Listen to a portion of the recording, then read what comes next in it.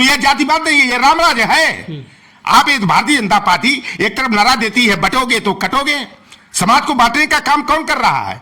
आप नहीं देख रहे हैं? इंदल पटेल की जो है जोगी के बिरादरी के अपराधियों ने घर में घुस करके गोली मारा, मौत के घाट उतारने का प्रयास किया, तो वो क्या वो इंदल पटेल का परिवार हिंदू नहीं था? भारतीय जनता पार्टी नहीं चाहती कि ओबीसी एससी के बेटे बेटियां पढ़ लिख करके आगे बढ़े।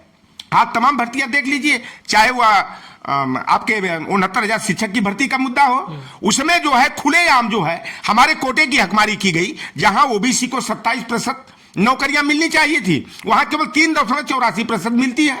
एससी को जहां शराब के ठेके खोले जाएंगे और दूसरी तरफ 27,000 27,500 जो है कि प्राइमरी के विद्यालय जो सरकारी विद्यालय है, जहां गरीब गुरबा के किसान के पिछड़े दलित के बेटे बेटियां पढ़ने जाते हैं, उनके भविष्य को अंधकार में डालने के लिए कि पिछड़े दलितों वंचितों के गरीबों के बेटे बेटियां पढ़ न पाए। क्या परिचय हुआ सर? चौधरी लौटर राम निषाद, पूर्व प्रदेश अध्यक्ष है समाजवादी पार्टी पिछड़ा वर्ग प्रकोष्ठ। जी, फूलपुर विधानसभा क्षेत्र में उपचुनाव होने हैं, ऐसी स्थिति में तमाम प्रकार की पार्टियां अपनी दावेदारी पेश कर रही हैं, तो आप लोगों के बीच किस मुद्दे को लेकर लोगों से संपर्क कर रहे हैं? क्या लग रहा है कि इस बार आपकी कितनी जीत होने वाली है? देखिए, समाजवादी पार्टी लोकसभा चुनाव से पहले पीडीएफ फार्मूला को आगे किया था। सामाजिक न्याय का मुद्दा हो, लोकतंत्र और संविधान को बचाने का मुद्दा हो, ओबीसी एससी एसटी के आरक्षण की भारतीय जनता पार्टी की जो हकमारी है उसके तहत जो है कि समाज को जागरूक कर एकजुट करने का प्रयास करते हुए लोकसभा चुनाव में समाजवादी पार्टी ने बेहतर प्रदर्शन किया और अखिलेश यादव जी के नेतृत्व में देश की तीसरी सबसे बड़ी पार्टी और उत्तर प्रदेश की नंबर 1 की पार्टी बनी। और जो केशव प्रसाद मौर्य हो, योगी आदित्यनाथ हो, भारतीय जनता पार्टी के तमाम नेता ये बड़े बड़े दावे करते थे 80 में 80, 80 में 79 का, लेकिन समाजवादी पार्टी ने पीडीएफ फार्मूला के तहत सामाजिक न्याय के मुद्दे पर जो है कि अपने लोगों को जोड़ने और जगाने का काम किया। और उत्तर प्रदेश में 37 सीट सपा और 6 सीट कांग्रेस यानी इंडिया गठबंधन 43 सीट जीतकर भारतीय जनता पार्टी को धूल चटाने में सफल हुआ।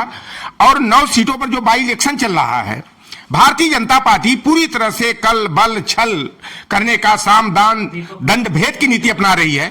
लेकिन समाजवादी पार्टी के मुखिया के निर्देशानुसार हम लोग अपने पीडीएफ फार्मूला के तहत जनता के बीच में जा रहे हैं और जनता का पूरा समर्थन मिल रहा है। क्योंकि भारतीय जनता पार्टी की जब से सरकार आई है, आप देख लीजिएगा, कोई भी भर्ती का विज्ञापन निकलता है, सारे में ओबीसी एससी के कोटे की हकमारी की जाती है। नेताजी मुलायम सिंह यादव जी जब प्रदेश के मुख्यमंत्री थे, सपा बसपा गठबंधन की सरकार थी, तो मंडल कमीशन के तहत सबसे पहले जो 27% ओबीसी को आरक्षण का शासनादेश जारी हुआ 1994 में नेताजी ने किया। नेताजी ने पंचायत राज अधिनियम और नगर निकाय अधिनियम बना करके ओबीसी को 27%, एससी को 21%, 2% एसटी को 33%, महिलाओं को जो है भागीदारी देने का काम किया। कि आप देख रहे हैं कि आज लोहार कुहार सुनार के तेली तमोली बरई बारी कुजरा कसाई हो, मुसहर हो, कोल हो, ऐसी जो वंचित वर्ग की जातियां हैं, कभी सपने में नहीं सोचती थी कि हम गांव का प्रधान भी बनेंगे, लेकिन आज वो मेयर बन रही हैं, ब्लॉक प्रमुख बन रहे हैं, प्रधान बन रहे हैं, जिला पंचायत के सदस्य और जिला पंचायत के अध्यक्ष बन रहे हैं। यह काम समाजवादी पार्टी ने किया। अखिलेश यादव जी ने अपने सरकार के समय में जाति धर्म वर्ग संप्रदाय से ऊपर उठ करके अगर उन्होंने इंटर पास बेटियों की आगे की पढ़ाई के लिए 30,000 कन्या विद्याधन की योजना को लागू किया, तो उसका लाभ केवल यादव मुसलमान को नहीं मिला, चाहे वो पटेल हो, चाहे कोई कुशवाहा हो, चाहे निषाद हो, चाहे बिंद हो, चाहे केवट हो, चाहे राजभर चौहान हो, सारी जाति के लोगों को मिला उसका लाभ। लौटर राम निषाद उसका ज्वलंत उदाहरण है कि मेरे घर में भी 2 लैपटॉप अभी भी टकाटक झकाझक चल रहा है। मेरे बच्चे उसी में गूगल सर्च करके अपनी पढ़ाई करके अपने पैरों पर खड़ा होने में सफल हुए। यह अखिलेश यादव की योजना का लाभ है। अखिलेश यादव ने 18 लाख की संख्या में लैपटॉप बांटा था। कभी कोई सोचा नहीं था कि हमारे घर में लैपटॉप आएगा, लेकिन उन्होंने जाति धर्म से ऊपर उठ करके 18 लाख लैपटॉप बांटा। 38 लाख बेरोजगारों को बेरोजगारी भत्ता का मुद्दा हो, चाहे 56 लाख माताओं और बहनों को समाजवादी पेंशन देने का काम किया तो समाजवादी पार्टी ने किया। मुफ्त पढ़ाई, मुफ्त दवाई, मुफ्त सिंचाई की योजना समाजवादी पार्टी ने लागू किया।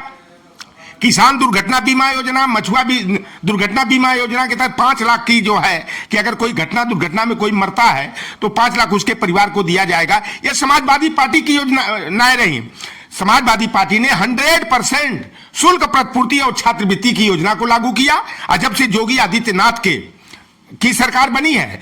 छात्रवृत्ति और शुल्क प्रतिपूर्ति की योजना से ओबीसी एससी को वंचित किया जा रहा है। एक तरफ जहां 350 करोड़ रुपया सवर्ण वर्ग की जातियों को एजुकेशन फंड मिलना चाहिए, वहां पर उनको 1500 करोड़ दिया जा रहा है, और जहां ओबीसी को जो है 1900 2000 करोड़ चाहिए, वहां पर हमको जो है कि 300 करोड़ दिया जा रहा है, 250 करोड़ दिया जा रहा है। क्योंकि भारतीय जनता पार्टी नहीं चाहती कि ओबीसी एससी के बेटे बेटियां पढ़ लिख करके आगे बढ़े। आप तमाम भर्तियां देख लीजिए, चाहे वह आपके 69,000 शिक्षक की भर्ती का मुद्दा हो, उसमें जो है खुलेआम जो है हमारे कोटे की हकमारी की गई। जहां ओबीसी को 27% नौकरियां मिलनी चाहिए थी, वहां केवल 3.84% मिलती है। एससी को जहां 21% मिलनी चाहिए, 15.61% मिली। खुलेआम डकैती कह लीजिए। और माननीय उच्च न्यायालय लखनऊ खंडपीठ ने निर्णय दिया कि 18,988 पदों की हकमारी हुई है, ओबीसी एससी का हक छीना गया है। तो क्या उसमें पटेल के बच्चे प्रभावित नहीं हुए? क्या निषाद के बेटे प्रभावित नहीं हुए? राजभर चौहान के, कुशवाहा काछी के, चाहे लोधी किसान के बच्चे नहीं रहे हैं क्या? यह भारतीय जनता पार्टी जो मंडल कमीशन की विरोधी है, जब 27% आरक्षण बीपी सिंह की सरकार ने लागू किया, शरद यादव जी, लालू प्रसाद यादव जी, मुलायम सिंह यादव जी, रामविलास पासवान के प्रयास से पूरे देश में हंगामा यह भारतीय जनता पार्टी आरएसएस वालों ने कर दिया। तो जो मंडल कमीशन का विरोधी है वह पिछड़ों का, दलितों का हितैषी नहीं हो सकता। आप देख लीजिए अभी परसों का समाचार कि 786 जो है नए देसी शराब के ठेके खोले जाएंगे, और दूसरी तरफ 27,000 जो है कि प्राइमरी के विद्यालय, जो सरकारी विद्यालय है, जहां गरीब गुरबा के किसान के, पिछड़े दलित के बेटे बेटियां पढ़ने जाते हैं, उनके भविष्य को अंधकार में डालने के लिए कि पिछड़े दलितों, वंचितों के, गरीबों के बेटे बेटियां पढ़ न पाए। 27,000 से अधिक संख्या में विद्यालयों पर ताला लगाने का काम, बंद करने का काम जो है योगी सरकार ने निर्णय लिया है। तो ये अब जनता समझ रही है, जनता है कि सब कुछ जानती है कि कौन हमारे हित में काम करता है। जनता गुमराह हो गई थी 2014 का जब लोकसभा चुनाव था। यही भारतीय जनता पार्टी वालों ने 86 में 56 यादव एसडीएम बनाए जाने का मिथ्या प्रचार करके जो है जनता को गुमराह किया। चाहे लोहार, क्वार, सुनार हो, तेली, तमोली, बरई, बारी हो, मलाह हो, केवट हो, कुर्मी हो, काछी हो, जाट हो, गुजर हो, ये जातियां यादवों के विरोध में खड़ी हो गई। मैं आपके चैनल के माध्यम से बताना चाहता हूं कि 1952 से लेकर आज तक कभी 86 पद एसडीएम का विज्ञापित ही नहीं हुआ। जब 86 पद विज्ञापित नहीं हुआ तो 86 में 56 यादव एसडीएम कहां से हो गया? सच्चाई यह थी कि उत्तर प्रदेश लोक सेवा आयोग के माध्यम से 2011 का विज्ञापन था, 30 पद एसडीएम का था, 5 यादव के बेटे जो है एसडीएम बने थे, लेकिन तिल का तार बना दिया गया। 86 में 56 और योगी आदित्यनाथ बार बार विधानसभा में यह समाजवादी पार्टी को, अखिलेश यादव को टारगेट में लेकर कहते हैं ये तो 86 में 56 एक जाति का एसडीएम बनाने वाले लोग हैं। मैंने तो योगी आदित्यनाथ को चैलेंज किया कि योगी आदित्यनाथ, अगर आप वास्तव में संत और महात्मा हो तो 86 में 56 यादव की सूची पटल पर रखो, श्वेत पत्र जारी करो। आपके द्वारा जो विपक्ष है उसमें निशाना साधा जा रहा है कि जो भाजपा की सरकार है या ओबीसी एसटी की हक मारने की काम कर रही है। वहीं जो विपक्ष की पार्टियां हैं उनके द्वारा पीडीए को साथ लेकर चलने की दावा की जाती है। 85-15 की बात की जाती है। 15 होते हुए भी वह सत्ता में है और 85 होकर भी सत्ता में नहीं। ऐसा क्यों देखने को? देखिए, मैं बता रहा था ना कि ये भारतीय जनता पार्टी जो जब अखिलेश यादव प्रदेश के मुख्यमंत्री थे तब यह झूठा आरोप लगाते थे कि सारी नौकरी तो यादव को मिल रही है, बची खुची मुसलमानों को दी जा रही है। और यह जो जनता थी गैर यादव पिछड़ी जाती है, चाहे पटेल को कह लीजिए, निषाद को कह लीजिए, राजभर चौहान को कह लीजिए, लोधी किसान को कह लीजिए, कुशवाहा, काछी, सैनी, मौर्य को कह लीजिए, यह गुमराह हो गई, भाजपा के झूठे बहकावे में आ गई और वह भारतीय जनता पार्टी के रथ पर सवार हो गई।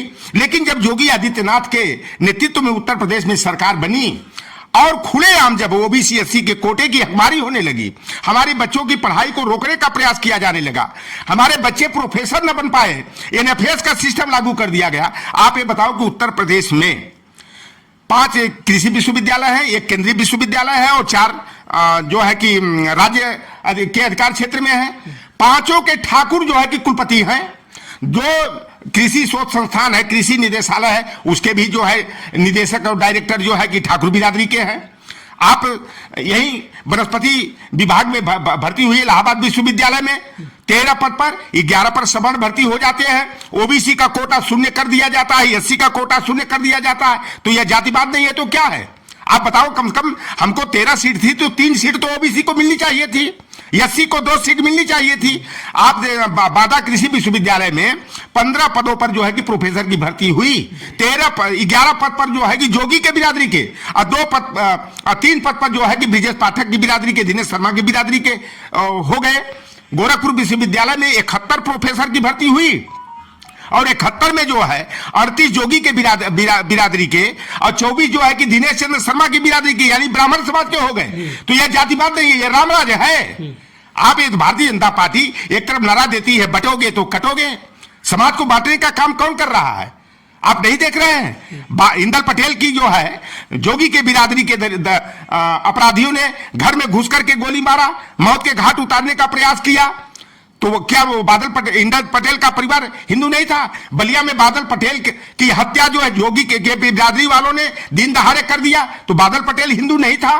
आप देख लो, तुलसीराम निषाद की हत्या सुल्तानपुर में हो, चाहे जो है कि रामनवल निषाद की जो है कि बस्ती में हत्या हो, चाहे राकेश निषाद की हत्या अयोध्या में, तो यह हिंदू नहीं है।